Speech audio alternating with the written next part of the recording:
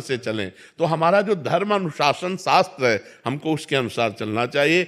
जब हम बृहस्पतिवार को या जिन दिनों को निषेध किया गया है उस दिन वो कार्य करते हैं तो हमारे पुण्य क्षय होते हैं, और पुण्य नाश होगा तो पाप बढ़ेगा, पाप बढ़ेगा तो दुख बढ़ेगा, समस्याएं बनेगी, चिंता बनेगी, दिमाग फंसता चला जा रहा है, हर समस्या में फंसता चला। क्यों? क्योंकि एक सिस्टम धर्म का जो है उसका आप उल्लंघन कर रहे हैं। ऐसा नहीं है।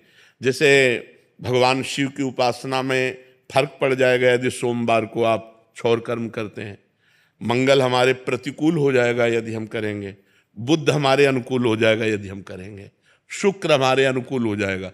तो विचारवान विद्वानों ने, ब्रह्म ऋषियों ने निकाला कि बुधवार और शुक्रवार को हम क्षौर कर्म करें, केवल बुधवार शुक्रवार, हफ्ते में 2 बार कर ले तो काफी बना रहेगा, जरूरी नहीं कि अच्छा। और फिर एक उसमें निष्कर्ष निकला कि अगर गुरुवार को केवल छोड़ देते हो और दिनों करते हो तो उतनी हानि नहीं है। 2 दिन तो हमारे हैं ही, बुधवार शुक्रवार, और जो जैसे सोमवार है, रविवार है, मंगलवार है और शनिवार है, अगर हम इनमें करते हैं तो उतना हानि नहीं होती जितनी गुरुवार को। तो केवल गुरुवार को छोड़ दो, और अन्य दिनों में वैसे चाहो तो बुधवार शुक्रवार को ही केवल करो। यदि आपको नहीं पट पाता है तो केवल गुरुवार को छोड़ दो, तो उसमें आपका विशेष हानि नहीं होगी। गुरुवार को करने से फिर विशेष हानि हो जाएगी। ममता जी दिल्ली से। श्री हरिवंश महाराज जी, गुरु दीक्षा के बाद शिष्य का नया जन्म हो जाता है, तो क्या गुरु दीक्षा से पहले किए हुए पाप कर्म दीक्षा के बाद नष्ट हो जाते हैं? हाँ, यदि नया पाप कर्म ना हो तो जो दीक्षा मिलती है उससे सारे पाप नष्ट हो जाते हैं। इसमें एक उदाहरण में चतुर्भुज दास जी का पावन चरित्र जब हम देखते हैं तो उसमें आता है कि वो भगवत चर्चा कर रहे थे, तो कथा में यही कहा कि जब कोई दीक्षा लेता है तो उसका नया जन्म हो जाता है, पुराने पाप उस पर लागू नहीं होते। तो एक चोर चोरी करके भाग करके आया था किसी साहूकार सेठ महाजन की, उसके पीछे सैनिक लगे हुए थे, तो जहाँ सत्संग हो रहा था हजारों लोग बैठे थे, उन्हीं के बीच में जाके बैठ गया। तो अब राज सैनिकों ने देख पाया नहीं, तो उन्होंने सोचा इधर तो सत्संग हो रहा, चोर काहे को यहाँ टिकेगा, तो वो चले गए और चोर बच गया। सत्संग में यही चर्चा चल रही थी कि दीक्षा लेने से नया जन्म हो जाता है, पूर्व पाप नष्ट हो जाते हैं। तो जब सत्संग संपन्न हुआ तो चतुर्भुज दास जी संत थे, उनके पास गए और बोले, महाराज आप जो बात कह रहे हैं सत्य है कि दीक्षा लेने से सारे पाप नष्ट हो जाते हैं? तो मैं घोर पापी हूँ, चोर हूँ, हिंसक हूँ, कौन सा पाप नहीं जो मैंने ना किया हूँ, क्या मैं दीक्षा ले लूंगा आज से निष्पाप हो जाऊंगा? बोले आज से हाँ निष्पाप हो जाओगे। तो बोले दीक्षा दीजिए। तो चतुर्भुज दास जी ने कि ये सही अधिकारी है, अभी इसका मूड बन गया है, नहीं तो हो सकता है कि कभी जिंदगी में इसका न, क्योंकि हिंसक स्वभाव का है, तो उन्होंने तुरंत उसको दीक्षा दी, मूड मुड़वाया, कंठी पहनाई, तिलक लगाया, 12 तिलक। और दूसरे दिन वो निर्भय होकर घूम रहा था। सोई साहूकार अपने सैनिकों के साथ तो था ही, सेठ खोज रहा था, अरे बोले यही है, उसको बंदी बना लिया गया, राज दरबार में ले गए। राजा ने कहा तुमने चोरी की है? उसने कहा इस जन्म में नहीं। बोले महाराज जन्म की बात नहीं है, कल की बात है, कल इसने चोरी की है। उसने कहा मैं कसम खा सकता हूं कि इस जन्म में चोरी नहीं की। साहूकार ने कहा मैं कसम खा के कहता हूं कि इसने कल चोरी की है, ये केवल भेष बना लिया है, मूड मुड़ा लिया, तिलक लगा लिया, लेकिन है यही। अब दोनों अपनी अपनी कसम पे। तो उस समय जो पद्धति चलती थी सत्य को प्रमाणित करने के लिए, तो एक लोहे का फार गर्म किया जाता था और पीपल की छोटी सी नवीन पत्ता ऐसे रख दिया जाता था और उसके ऊपर सूत ऐसे बांध दिया जाता था, और वो लोहे का जलता हुआ फार हाथ में ले और सूत जले ना और 7 कदम चल के फेंक दे, वो सत्य माना जाता था। तो ऐसा ही चोर के साथ किया गया।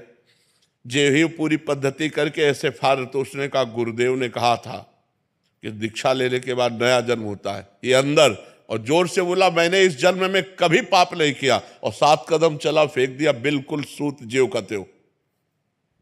अब तो राजा ने सेठ को कहा इसे फांसी दो, इतने बड़े वैष्णव को, संत को चोर कहा। जब उसकी फांसी की बात कही तो बोले सरकार नहीं, वो भी सही है, फांसी मत दीजिए, क्योंकि वो अपराधी नहीं, अपराधी तो मैं हूं। तो बोले अब तुम अपराधी कैसे हो सकते, तुम्हारा तो प्रमाण हो चुका है कि तुम इस जन्म में चोरी नहीं की। बोले इस जन्म में नहीं की? बोले क्या कहानी क्या है? बोले कहानी यह है कि हमने कल चोरी की थी। ये सही कह रहे हैं। लेकिन फिर हमने दीक्षा ले ली, तो दीक्षा से नया जन्म हो जाता है, इसलिए मैंने इस जन्म में चोरी ली की। इस बात से वो राजा बड़े प्रभावित हुए, बोले मैं उन संत से मिलना चाहता हूं जिन्होंने तुम्हारे जैसे चोर का परिवर्तन कर दिया। तो उस दृष्टांत से पता चलता है कि नया जन्म हो जाता है, लेकिन अबलो न सानी अबना न सही हो। उस चोर ने झूठ नहीं बोला, उसने फिर कभी चोरी नहीं की, आज तक किया, अब नहीं करूंगा, तो इससे सारे पाप नष्ट हो जाते हैं दीक्षा लेने से। अगर दीक्षा लेकर फिर पाप करे तो पक्के रजिस्टर्ड पाप होते, फिर वो भोगना पड़ता है और उसमें गुरु को भी कष्ट भोगना पड़ता है।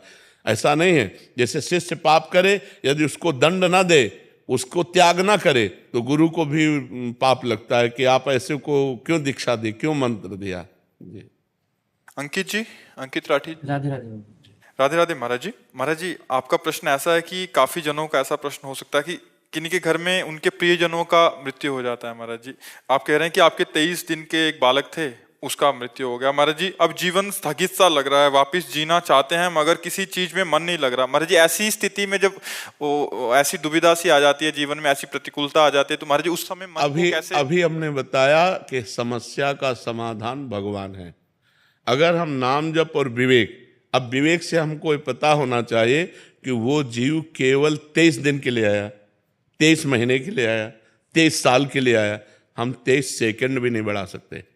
वो जीव आया ही इतने काल के लिए। अब हम अपने स्वार्थ को रोते हैं कि मेरा बेटा अगर ये जवान होता, पढ़ते लिखता, नौकरी करता, तो मैं अपनी आंखों से सब देखता, वो कमाता और सुखपूर्वक रहता। लेकिन ये आपकी सोच है। वो जीव तो केवल 23 मिनट के लिए आया, 23 सेकंड के लिए आया, मतलब पैदा होते ही मर गया। 23 दिन के लिए, 23 महीने के लिए, 23 साल के लिए, उस पर हमारा बस नहीं चल सकता, उस पर किसी का बस नहीं चलता। जितनी आयु लेकर के जीव आता है उतनी आयु ही, ये हमारा विवेक। तभी हमने 2 बातें कही थी, नाम जप और विवेक से हम संसार पर समाधान पा सकते हैं। भाई उसकी आयु ही इतनी थी तो मैं क्या करूं, मेरा इतना पुण्य नहीं था, मेरा पुण्य इतना ही था कि मुझे पुत्र तो मिलेगा, लेकिन इतने दिन के लिए मिलेगा। अब उस पर किसी का बस नहीं, काहू को बस ना है, जो कछुए सब तिहारी कृपा, किसका बस है आप बताओ। अगर बस चले तो हम सब समस्याओं को मिटा दें, लेकिन हमें मिटाना नहीं, हमें भोगना पड़ता है। बड़े बड़े संतों को भोगना पड़ता है, नहीं भोगना पड़ता। तो इसलिए ये विचार कीजिए कि अगर मिटाना संभव होता तो दशरथ जी की मृत्यु नहीं होती।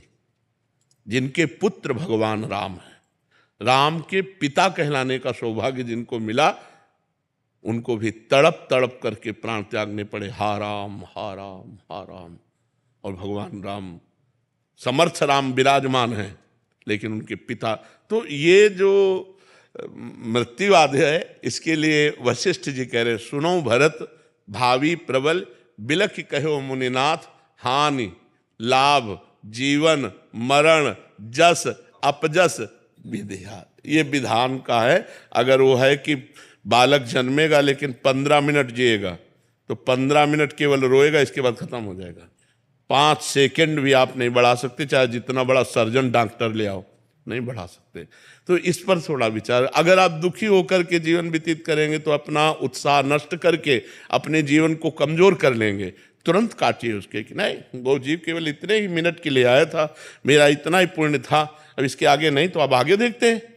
अगर संतान सुख होगा तो आ जाएगा, नहीं आ जाएगा तो कोई बात नहीं, हम भगवान को अपना बेटा बना लेते हैं, गोपाल जी को अपना बेटा बना लेते हैं, भगवान को अपना मित्र बना लेते हैं। हम इसीलिए कह रहे हैं हमारी हर समस्या का समाधान भगवान है। अगर हम विवेकवान हैं और भजन करते हैं तो समस्या का समाधान हो जाएगा। देखो आप तो ऐसे उदास हो गए। अब भजन करने वाले श्रीवास जी थे, चैतन्य महाप्रभु के चरित्र में पढ़ना, उनके घर में कीर्तन हो रहा था और कई दिन से उनका जवान बेटा बीमार था और एक ही बेटा था और भी पधार गया।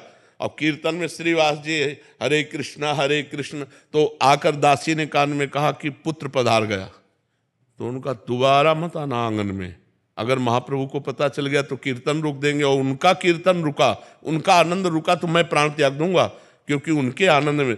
और बस हरि बोल, महाप्रभु का कीर्तन रुक गया। महाप्रभु ने कहा श्रीवास कुछ हुआ क्या? क्योंकि मेरे हृदय का प्रेम सूख रहा है।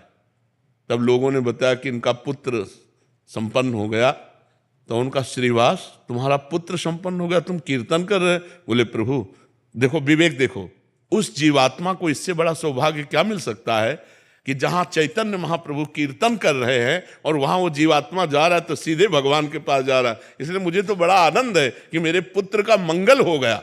विवेक, मेरे पुत्र का मंगल हो गया प्रभु, इसमें शोक की क्या बात है? मरना तो सबको एक दिन था ही। अगर ये आपकी सानिध्य में प्राण त्याग किया तो मेरे सौभाग्य का विषय है। तो ऐसे गले लगा लिया और कहा श्रीवास तुम पर श्री कृष्ण की विशेष कृपा है, ये बात सोचनी है। तो उस जीव का जिस समय तक, जितने दिन तक हमारा संयोग है वह उतने दिन तक रहेगा, इसके आगे नहीं रहेगा। महाराज जी कोटि कोटि प्रणाम जी। मैं कभी कभी डिप्रेशन में चला जाता हूँ। नाम जप करो, डिप्रेशन नहीं रहेगा। नाम जप करो, नाम जप करो, अधिक से अधिक नाम जप करो, डिप्रेशन खत्म हो जाएगा। और कभी कभी मन ये करता है मैं महाराज जी के आश्रम में रहूं यहाँ आके। कभी कभी पर